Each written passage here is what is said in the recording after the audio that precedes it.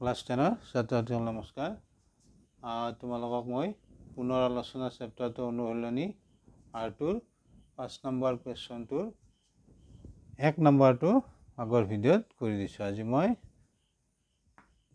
2 number কুৱেশ্যনটো বুজাই দিম। 2 number কুৱেশ্যনটোত আমাৰ প্ৰথম কুৱেশ্যনটো চাবা, তলৰ প্ৰতিটো সংখ্যাৰ বাবে আটাইতকৈ সৰু কি সংখ্যাৰে পূৰণ কৰিলে সংখ্যাটো এটা পূৰ্ণবৰ্গ হ'ব। গতিকে পূৰ্ণবৰ্গ সংখ্যা হ'ব সুধিছে। এতিয়া আমি প্ৰথম 1008 এই সংখ্যাটোৰ মৌলিক উৎপাদক বিশ্লেষণ কৰিম। এতিয়া চাবা, ইয়াক 2ৰে হৰণ যাব, একক স্থানত 8 আছে, 2ৰে দিয়া, 2ৰে 10ত হৰণ যাব 5 বাৰ, 0 আছে 0ত 0 হ'ব, 8ত 4 আৰু 2ৰে যাব, একক স্থানত 4 আছে, ইয়াতে হ'ব 2, 5, 2,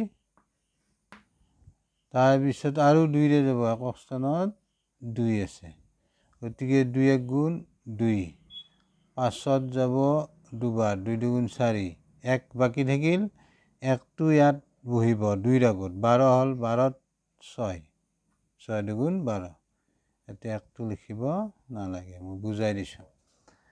নেক্সট আৰু 2ৰে যাব, 6 আৰু এইটো 3, তাৰপিছত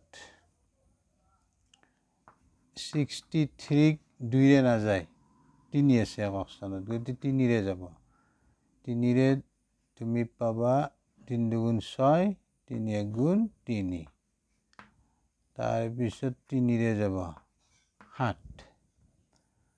আমি মৌলিক উৎপাদক বিশ্লেষণ কৰিলোঁ। আৰু পূৰ্ণবৰ্গ সংখ্যা হ'বলৈ হ'লে তোমাৰ উৎপাদক কেইটাই জোৰ পাতি থাকিব লাগিব। এতেকে চাবা, 1008 কি পালোঁ আমি, 1 2 3 4, 2 পালোঁ 4টা, 2 4টা পালোঁ, 2 পূৰণ 2, 2 পূৰণ 2, 3 পালোঁ 2টা, 3 পূৰণ 7। চোৱা,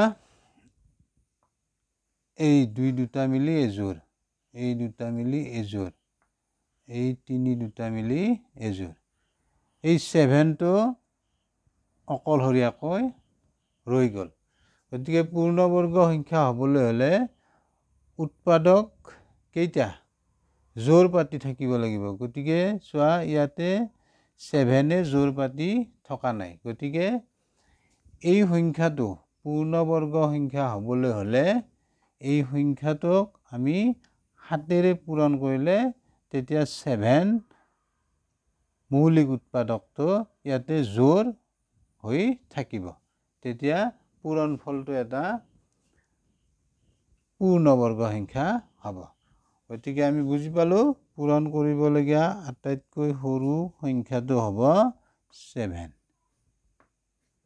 হ'ব, কাৰণ ইয়াতে 7এ জোৰ পাতি থকা নাই। বুজি পালা নিশ্চয়। Thank you, bye by.